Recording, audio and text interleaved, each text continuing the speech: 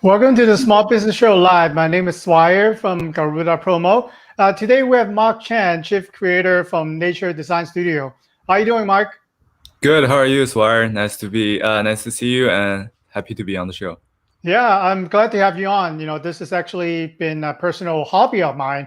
For viewers that don't know, I actually have three aquarium in my house and also have a pond in the backyard. So you were connected with me through a friend via networking. And, can you tell our viewer a little bit about what you do? And then I'm going to show pictures of some of your work here. Definitely, yeah. Happy to be talking to you about my work. So, what we do is we design green spaces and build them, and I use green spaces a little bit loosely because it covers a broad range of products.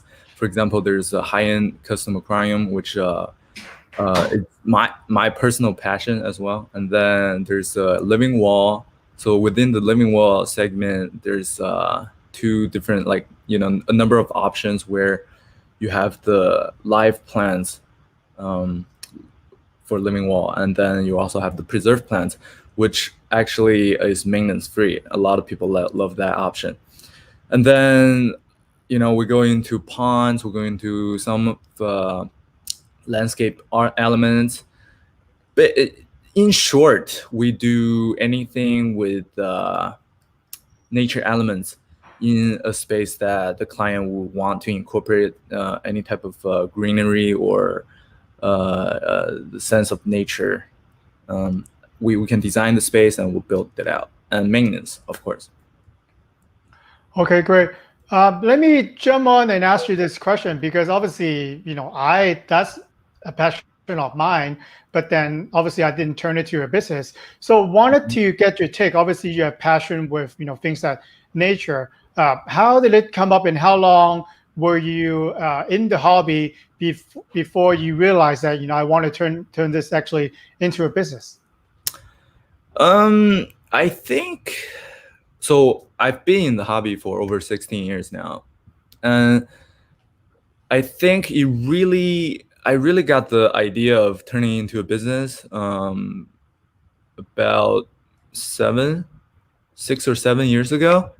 So that's when I took my hobby very seriously, because at that point I realized that it's now no longer just a hobby, but it's a passion. And to call it passion is it's actually more like an obsession. So yeah, so it's like every day that's what I think about. And then every new space I walk into, the first thing I think about is, oh, I can put a fish tank like in that spot, Yeah, right? Like that's I a know that perfect feeling. spot for a fish tank, whatever. That's all I think about. And then I look at like other professional companies' work, and I always question myself, saying asking, how come they're not doing it this way, or like, well, how come like they're using some materials that are not like not perfect, or I can make it better. How do, like, if I were to be handed the job, how would I do that, right? So those questions start swirling in my head, and then I just like couldn't shake off like the thought of starting something myself. And then that's how it started, of course, but then finding a way into it was a complete different story. And I think the nature style I would compare almost to promotional product. Obviously when we're in the hobby, we want something that is exotic. We want something that nobody else has, right? That could be in terms of plants, or in terms of I remember 5-7 years ago, the aquarium hobby. There's a lot of shrimp, got into it. Those shrimp, they're less than 1 inches long, Yeah. and they're like $10 each. And for the fence ones, it's $50 each, and then they die so easy. But then we don't have it here, and then importers actually import them from Southeast Asia. I know some of them are breeding in Taiwan, so it becomes like an import-export factor, right? So as chief creator for Nature Design Studio, how do you keep up with the trend? How do you recognize what the demands are, in the industry in the U.S. compared to what else the material that you can find, worldwide. Okay, so I think that's a two-part question. First part being a little bit more on the retail side, because when it comes to the hobby, and then when you're trying to cater to the hobbyists, then you really need to have a strong connection with your sourcing, right? So you have all your wholesalers and everything, and then you have to be up to date to know the trend. However, the set of business that I'm in, which is design and build, this segment is a little bit detached from the hobby side, Okay. because majority of my clients aren't hobbyists. They they see my work more as a piece of furniture, Mm. rather than like something that they don't want like to get their hands dirty. They don't want to get their hands wet. So to me and my business, I wouldn't have to be worried about like different fads or different like new trend that's coming in for the hobbies. But then on a personal level, I do um like, since I'm a huge hobbyist myself, like I read up on the new stuff, I look at other people's work. I'm very much into the new like catching up with the trend. And Mhm. then the second part of your question, I think, was uh how to like how to what was the How do second? you balance, obviously, even from the business, clients, right? There's a huge demand for a certain fish, right? Oh, But right. then How do I supply, that would be my supply next the question is, the challenges that we have, maybe you're not able to import a certain fish or a right? Yeah, certain yeah, yeah, for material, sure. you know. So this problem actually have exacerbated since the COVID Mhm. situation. So a lot of the South American importers, or actually just international exporters, they have a very hard time to get their stuff out. So, like for example, like the flights are canceled, or like very very limited. So the cargoes have been very very limited. So now, yeah, the sourcing is very difficult right now. But it's not to say that you cannot get your hands on certain stuff still. So I keep a pretty close relationship with a lot of these exporters. So they're my sources, and I keep a very close connection to them. Then like in that way I can just find out whatever they can. I'm sorry. So yeah, I can find out whatever that's available to bring to my client. Okay. Yeah, that jump on to my next question. The challenges during COVID-19. It's funny that I actually had conversation with a contractor, with landscape designer. Their Mm-hmm. business actually picked up after COVID because what they have Yes. told me is people spending more time at home. They're spending time at the backyard. They don't like what they do, and so they're doing an overhaul in the backyard, or they're doing a remodel for a kitchen. So I guess this will be question also. I know you have the professional installation for custom homes, but then some of the business are restaurants, maybe a hotel lobby space. Uh, how do you see the balance will be? Are there more people willing to do it at their home, but then less demand at the business space because they're not physically able to open, or they have more time to actually for you to come in to do it right now? Your guess was exactly right. So the private sector is picking up, but then the commercial sector isn't, just because they have more difficulty allocating budgets for non-essential items, right? Non-essential costs. But then for the private sector, since the economy hasn't had a like huge hit on like individual basis yet. So a lot of people, especially people who aren't financially devastated or like impacted negatively by the pandemic, they're spending a lot more time at home, and then they're like always thinking, okay, so I wanna do something with it or whatever, like where they have new building. So I just got a client who is building a new house, and then he wants to put in this huge paludarium, and that's slated for next year.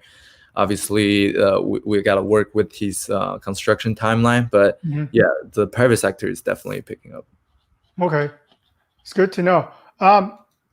Real big question, because I would call this a niche business, right? It is. For people who are not heard of that term before, they don't know what it is.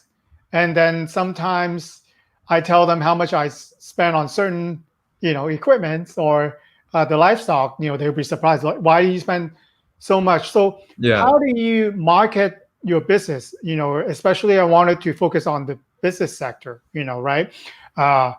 Who will be benefit from it, and is there an advantage, or is it more like a lifestyle or statement that they wanted to say, we want to be a sustainable company, we want to go green, so that this kind of flows into our overall strategy? Like, how do you market for your business? Yeah, so networking with professionals is one of the best tools for me for my type of projects, just because, like you said, it's a very niche market, and then to actually know about what we do and to know, sorry, okay, all right, the connection just kind of froze for a little bit, but are we good still? Yeah, Okay. I can hear Okay, you. cool. Yeah, so for the client to actually know, the details about our work, it takes a little bit of education.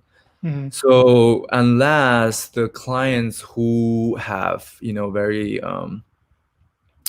like a good amount of knowledge in what they're looking for, then it's hard for them to actually come across, my company.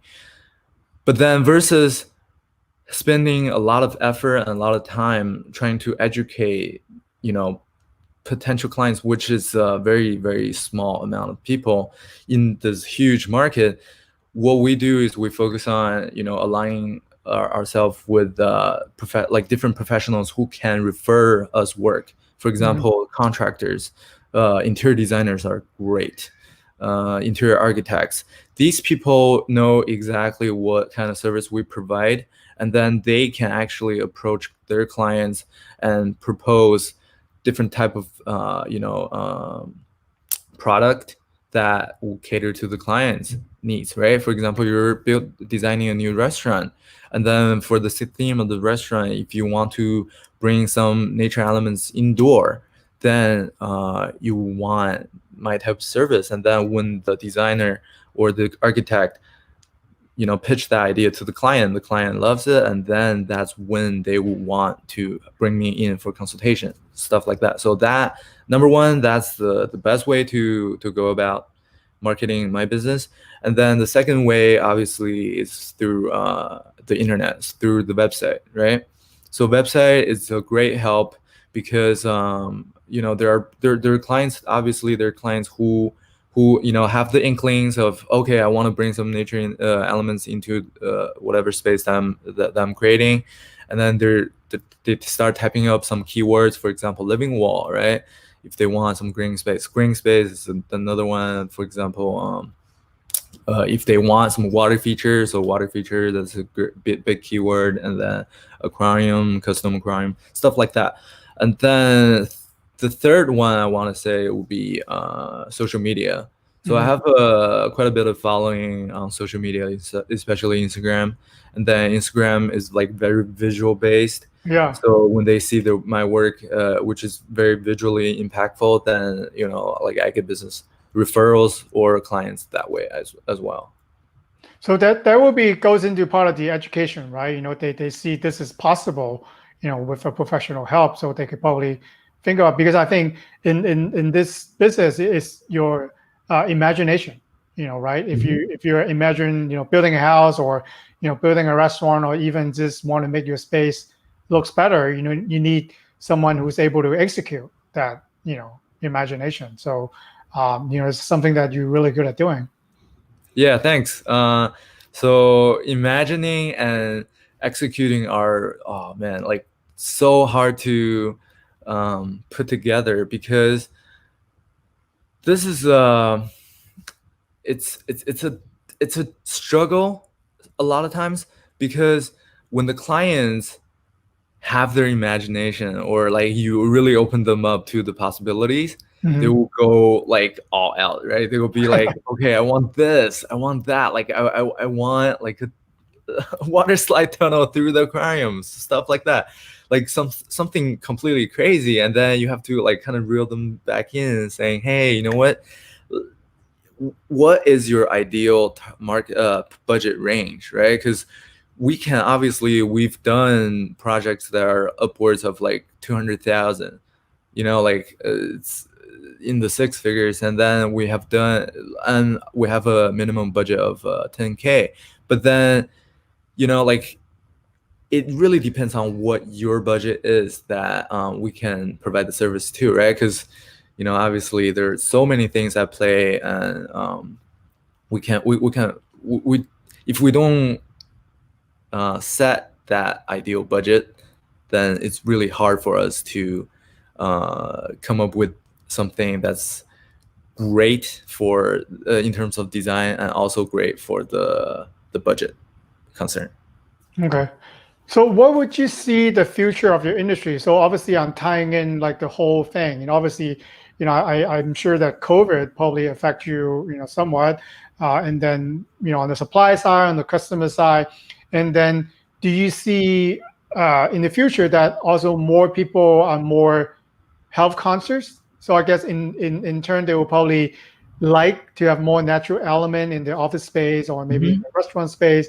How do you see the future, like the next 3 to 5 years in your industry look like? It has been so what we call like there's a term for this. It's called biophilic, right, or biophilia, which just means our innate longing for nature. Like that's within all of us, and this has been a trend ever since the late '90s. But now, especially within the last decade, it has really picked up.